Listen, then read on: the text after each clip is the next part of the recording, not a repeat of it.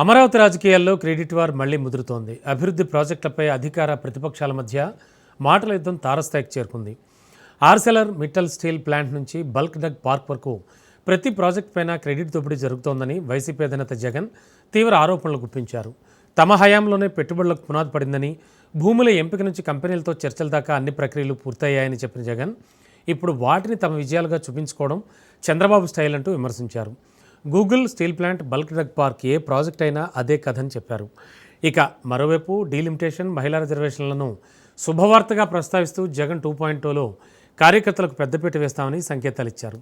కష్టపడే వారికి టికెట్లు, అవకాశాలు ఖాయం అంటూ కేడర్కు భరోసా ఇచ్చారు. అయితే పెరుగుతున్న ధరలు, ప్రాజెక్టుల ఆలస్యం, కాంట్రాక్ట్ వివాదాలు వంటి అన్ని అంశాలను లేవనెత్తుతూ ప్రభుత్వంపై నేరుగా దాడి చేశారు జగన్. మొత్తానికి అభివృద్ధి, రాజకీయాలు, క్రెడిట్ ఇలా అన్నీ కలిసి ఏపీలో రాజకీయ హీట్ మరింత పెరుగుతోంది. వచ్చే ఎన్నికల్లో గెలుపు మనదే అని ఈసారి మహిళా రిజర్వేషన్లు, సీట్ల పెంపుతో పార్టీ నాయకులకు పుష్కల అవకాశాలు లభిస్తాయని జగన్ భరోసా ఇచ్చారు.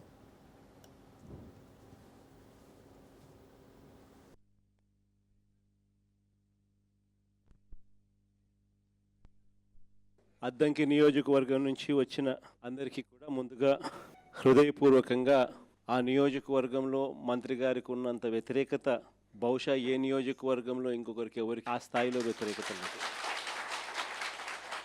చంద్రబాబు నాయుడు గారి మీద తీవ్ర స్థాయిలో వ్యతిరేకత ఈ స్థాయిలో ఉంటే అద్దంకి నియోజకవర్గంలోకి వచ్చేసరికి ఇంకా ఈ స్థాయిలోకి ఇంకా ఎక్కువగా తీవ్రంగా ఉంది. అలాంటి పరిస్థితుల మధ్య ఈసారి ఎన్నికలు జరగబోతూ ఉన్నాయి. ఇలాంటి పరిస్థితుల్లో కూడా ఒక డాక్టరు అశోక్ను మీ అందరికీ కూడా ముందుగానే ఎన్నికలు చాలా దూరంగా ఉండగానే అశోక్ని తీసుకొని రావడం, తాను కూడా డాక్టర్గా మంచి పేరు సంపాదిస్తూ ప్రతిపక్షంలో ఉన్నప్పుడు, అందులో చంద్రబాబు నాయుడు గారి లాంటి రాక్షస రాజ్యంలో యుద్ధం చేస్తూ ఉన్నప్పుడు కేసులు ఉంటాయని తెలిసి, హెరాస్మెంట్ ఉంటుందని తెలిసి, కార్యకర్తలకు ఇలాంటి సమయంలోనే ఇంకా తోడుగా అండగా ఉండడానికి ఇంకా శ్రమ పడవలసి వస్తుందని తెలిసి కూడా అశోక్ ముందుకొచ్చినాడు. ఎన్నికలప్పుడు చంద్రబాబు నాయుడు అన్న మాటలు ఏమిటి, ఎన్నికలు అయిపోయిన తర్వాత చంద్రబాబు నాయుడు గారు చేస్తూ ఉన్న పాలన ఏమిటి అని చెప్పి ఏ చిన్న పిల్లాడిని అడిగినా కూడా ఈరోజు రాష్ట్రంలో చెప్పగలుగుతున్నాడు. ఎన్నికలప్పుడు ఆయన చెప్పిన మాటలు చూస్తే జగన్ ఇచ్చేటివి అన్నీ చేస్తాను, కాక సూపర్ 6, సూపర్ 7లు అని చెప్పాడు. ఎన్నికలు అయిపోయాయి, చంద్రబాబు నాయుడు గారి మేనిఫెస్టో చెత్తబుట్టలోకి వెళ్ళిపోయింది. కరెక్ట్గా ఇవే మాటలు ఎన్నికలప్పుడు మొత్తుకొని చెప్పిన ప్రతి మీటింగ్లో, చంద్రబాబు నాయుడు గారిని నమ్మడము అని అంటే పులి నోట్లో తలకాయ పెట్టడమే స్వామి అని చెప్పి మొత్తుకొని చెప్పిన నేను ఎన్నికలకు ముందు. అయినా కూడా చంద్రబాబు నాయుడు గారి అబద్ధాలకు, మోసాలకు ఏదో పొరపాటున కాస్త తలొగ్గడం జరిగింది. ఈరోజు ఎన్నికలు అయిపోయాయి, 2 ఏళ్ళు అయిపోయింది, 3వ బడ్జెట్ కూడా ప్రవేశపెట్టినాడు. ఇక మిగిలినవి 2 బడ్జెట్లు. ఈరోజు పరిస్థితి ఏమిటి అని చెప్పి చూస్తే, జగన్ ఉన్నప్పుడు ఇస్తా ఉన్న అన్ని స్కీములు రద్దయిపోయినాయి. జగన్ ఇస్తాడన్న స్కీములు కాక సూపర్ 6, సూపర్ 7 అన్నోడు ఎన్నికలు అయిపోయిన 2 ఏళ్ళ తర్వాత పరిస్థితి ఏమిటి అని చెప్పి చూస్తే, జగన్ ఇస్తా ఉన్న స్కీములన్నీ పూర్తిగా రద్దయిపోయినాయి. ఈయన సూపర్ 6, సూపర్ 7 అని చెప్పి ఇస్తాననేటివన్నీ కూడా మోసాలుగా తేలిపోయినాయి. మన హయాంలో మనం దాదాపుగా 3,30,000 కోట్ల రూపాయలు మనం అప్పులు తెస్తే, 5 ఏళ్ళు కలిపి 3,30,000 కోట్లు అప్పు చేస్తే, అందులో 2,73,000 కోట్లు నేరుగా బటన్లు నొక్కడం, నా అక్క చెల్లెమ్మల కుటుంబ సభ్యుల ఖాతాల్లోకి నేరుగా వెళ్ళిపోవడం.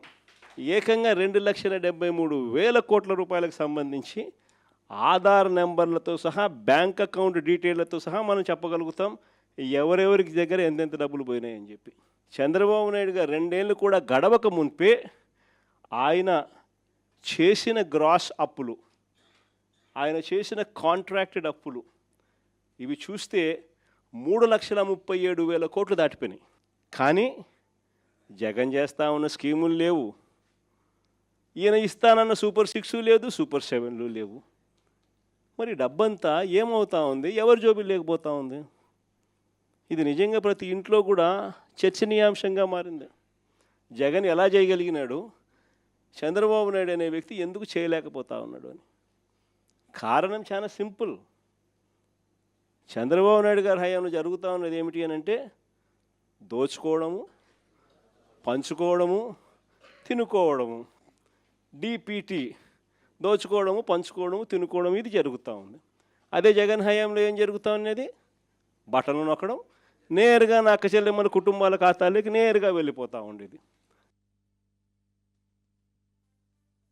రాష్ట్రానికి సంబంధించి రావాల్సిన రాబడులు, రాష్ట్రానికి సంబంధించి రావాల్సిన ఆదాయాలు ఈరోజు రాష్ట్రానికి రావడంలా. రాష్ట్ర ఖజానాకి ఈ డబ్బులు రాకుండా చంద్రబాబు నాయుడు గారి జోబుల్లోకి, ఆయన ఎమ్మెల్యే వాళ్ళ జోబుల్లోకి, వాళ్ళ బినామీల జోబుల్లోకి, వాళ్ళ మనుషుల జోబుల్లోకి ఖజానాకు రావాల్సిన డబ్బులు పక్కదోవ పడతా ఉన్నాయి. ఈరోజు ఎక్కడ చూసినా కూడా అవినీతి. లిక్కర్ దగ్గర నుంచి మొదలు పెడితే, గ్రామాల్లో లిక్కర్ మాఫియా దగ్గర నుంచి మొదలు పెడితే రాష్ట్రానికి సంబంధించిన ఆదాయాలు రాష్ట్రానికి రావు. ఎంఆర్పి రేటు కన్నా 20 రూపాయలకు 10 రూపాయలు ఎక్కువ రేటుకు అమ్ముతూ ఉన్నారు. డబ్బు ఎక్కడికి పోతా ఉంది అని అంటే గవర్నమెంట్కి రావడంలా. వీళ్ళ జోబీల్లో నుంచి గవర్నమెంట్కి రావాల్సిన డబ్బులు వీళ్ళ జోబీల్లోకి పక్కదారు. లిక్కర్ మాఫియా దగ్గర నుంచి మొదలు పెడితే